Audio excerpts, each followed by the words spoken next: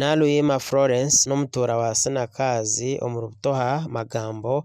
district ya Rubirizi kandi enju ye kahirimo mwaka guhire kandi kwihobwo atwiro mu mbere gumere okusyo b'abanyambabazi kurwo Lions Club bakwatanise n'ekitongore kitari kya government ekya RIPA okumwombekera enju Eliza bamanya narima yabo mujungu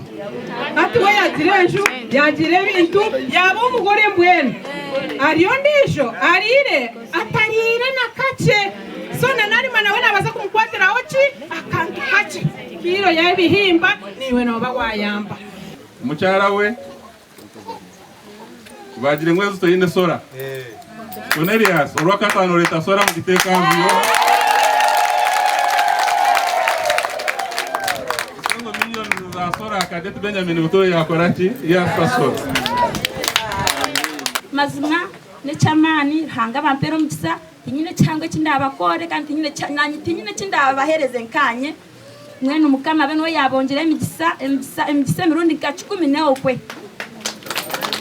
aba Lions kambagambire murabuke mututereho Lions Club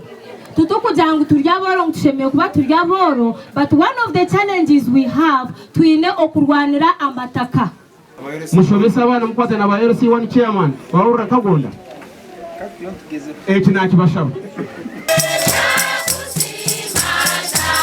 Vincent Bamugaya obira kurire ntekatekeji asimirwe ibitukwendeza ntwenda ruhanga akongereho byone byo kusaba na family yawe abyongereho kandi ugume nuba embuho omurubirizi omuri omucyanga ekicona kugira ngo bagere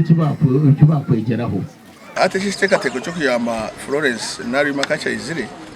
twareba ngu ekigendera cyacho icya lininga na vision ya RIPA ncho wala twamwera nembuzi yo kugira ngo tumwereze embuzi egende muzara